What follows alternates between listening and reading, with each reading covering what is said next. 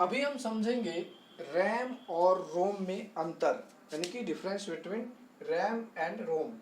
तो सबसे पहले हम देखना चाहेंगे कि रैम कैसा होता है। ये हमारा रैम है 4 GB का, जो आप देख पा रहे हैं ये है रैम। इसमें देखिए बीच में जो है दोस्तों कटा हुआ है, यानी कि 2 पार्ट्स का रैम है। और ये हमारा रोम हो गया, यानी कि हार्ड डिस्क का ही अगर कहें तो रोम, क्योंकि आपका जो बूटेबल सिस्टम होता है, जो आपका सॉफ्टवेयर यानी कहने का मतलब जो विंडोज इंस्टॉल होता है वो हार्ड डिस्क में इंस्टॉल होता है। तो ये हो गया हमारा रैम और ये हो गया हमारा रोम। अब हम समझते हैं इस दोनों में अंतर क्या है। तो सबसे पहला अंतर है, रैम एक रीड राइट मेमोरी है। कहने का मतलब इसे हम इसका फुल फॉर्म अगर पहले हम समझे तो यानी कि RAM का फुल फॉर्म होता है रैंडम एक्सेस मेमोरी, और रोम का फुल फॉर्म अगर हम कहें तो read only memory. Read only memory से आप स्पष्ट कर सकते हैं कि आप सिर्फ और सिर्फ पढ़ सकते हैं, यानी कि रीड कर सकते हैं। और इसका मतलब होता है रैंडम एक्सेस मेमोरी, यानी कहने का मतलब जो एक्चुअल टाइम पर आप उसे जो एक्सेस कर सकते हैं वही ठो, यानी कि रियल टाइम में। अब दोस्तों होता है इसका जो है रैम एक रीड राइट मेमोरी है, जबकि रोम रीड ओनली मेमोरी है। दूसरा है हमारा कि रैम का उपयोग सीपीयू द्वारा प्रोसेस किए जाने वाले डेटा को अस्थायी रूप से स्टोर किए जाने का काम करता है। अस्थायी रूप से कहने का मतलब, अगर मान लीजिए आप अपने कंप्यूटर को ओपन किए हुए हैं और उस कंप्यूटर में आप मान लीजिए पावर पॉइंट ओपन किए हुए हैं, या फिर आप फोटोशॉप ओपन किए हुए हैं, गूगल ओपन किए हुए हैं, कुछ भी ओपन किए हुए हैं और उसमें आप कुछ कार्य किए हुए हैं। मान लीजिए आप में इसके सिस्टम में ऑन है और आप उसमें कोई फोटो, मान लीजिए आप फोटोशॉप में कोई फोटो बना रहे हैं, कोई भी फोटो आप पूरा तरह से बना लीजिए, जब तक उसे सेव नहीं करेंगे तब तक जो है वो क्या रहेगा, सेव नहीं होगा, सिर्फ आपको डिस्प्ले पर दिखेगा। जब तक उस एप्लीकेशन ओपन है, जो आपका सॉफ्टवेयर ओपन है, तब तक वो दिखेगा। अगर वो मान लीजिए बिजली अचानक से चल जाए और आपका सिस्टम बंद हो गया तो फिर से वो आपको बनाना पड़ेगा, नहीं कहने क्या करना पड़ेगा, पूरा मेहनत फिर से करना पड़ेगा, तब जाकर आपका है जो वो फिर डेटा रहेगा। लेकिन रैम का क्या काम है, वही काम है जो भी आप कंप्यूटर पर जो भी काम आप करेंगे, टाइम जो भी काम आप करते रह करेंगे, वो सिर्फ और सिर्फ डिस्प्ले पर सेव रखने का काम करता है, यानी कि डिस्प्ले पर आपको प्रदर्शित करने का काम करती है ये रैम। और जैसे ही आप मान लीजिए इसे सेव कर देंगे, तो जब सेव करेंगे तो कहीं आप चूज करके सेव करेंगे, जब सेव कर देंगे तो कहाँ सेव हो जाएगा, रैम में जाके सेव हो जाएगा।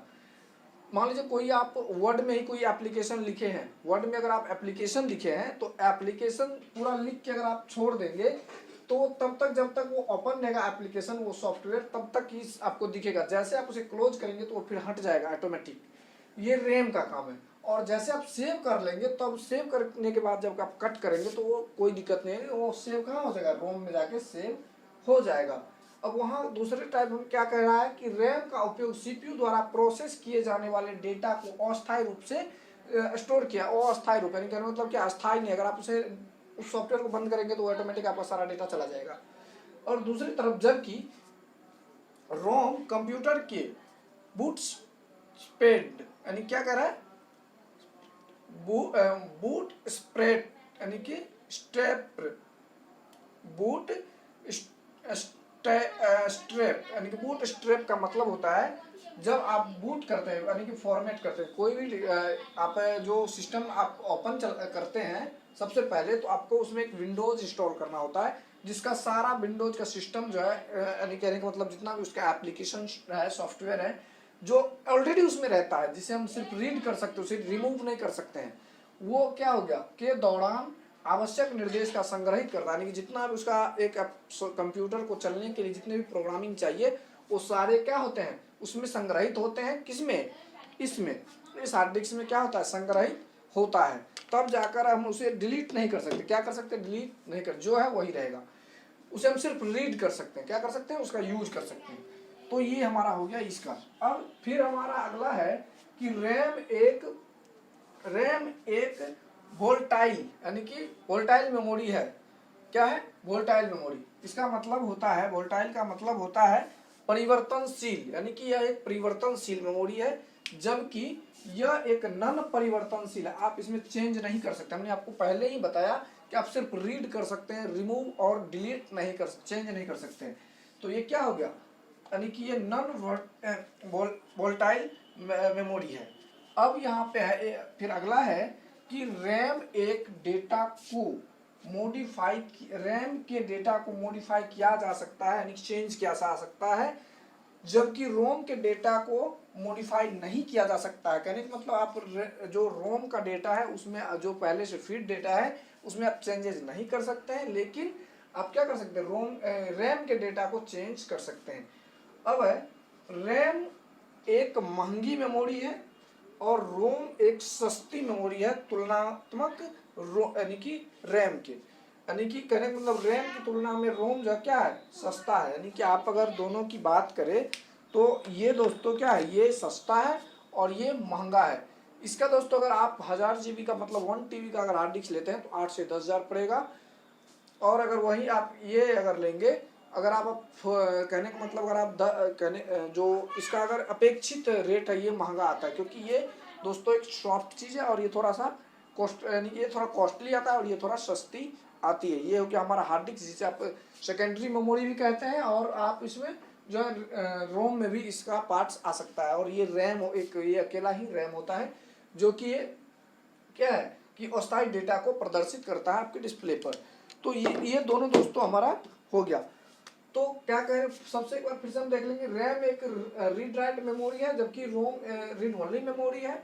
रैम का उपयोग सीपीयू द्वारा प्रोसेस किए जाने वाले और अस्थायी रूप से स्टोर किए जाने वाले डेटा होता है, जबकि रोम कंप्यूटर बूट स्टेप के दौरान आवश्यक निर्देश का संग्रहित करता है। रोम एक वोलेटाइल मेमोरी है, जबकि रोम एक नॉन वोलेटाइल मेमोरी है। रोम के डेटा को मॉडिफाई किया जा सकता है, जबकि रैम के डेटा को मॉडिफाई किया जा सकता है, जबकि रोम के डेटा को मॉडिफाई नहीं किया जा सकता है। रैम एक महंगी मेमोरी है, जबकि रोम रैम की तुलना में सस्ती मेमोरी है। तो ये दोस्तों कुछ 5 जो हमने आपको अंतर बताए हैं, ये अगर आपको कहीं कंप्यूटर एग्जाम में अगर आपसे पूछा जाता है तो आप इस 5 स्टेप्स को देकर 5 निकलेंगे मतलब 5 ऑप्शन देकर आप लिख सकते हैं। 5-6 जो हमने आपको यहाँ पे बताए हैं 5 तो अंतर, इस 5 अंतर से आप क्या कर सकते हैं, इस एग्जाम में अगर मान लीजिए ऐसा कोई टेस्ट में अगर पूछा जाता है तो आप इसे दे सकते हैं, इजीली तरीका से आप समझ सकते हैं। अब दोस्तों हम आने वाले वीडियो में इसी प्रकार के सभी वीडियो आपको लाएंगे। अब हम दोस्तों आपसे हार्ड डिस्क, ये हमारा हार्ड डिस्क हो गया, और SSD कार्ड होता है दोस्तों, SSD कार्ड और हार्ड डिस्क में अंतर आपको हम आने वाले वीडियो में बताएंगे, और इनको step by step detail wise hard disk के बारे में, रैम के बारे में, CPU के बारे में, प्रोसेसर जो भी हमारा उसको डिटेल वाइज हर टॉपिक वाइज हम आपको बताएंगे। तो अभी के लिए बस इतना ही। जय हिंद।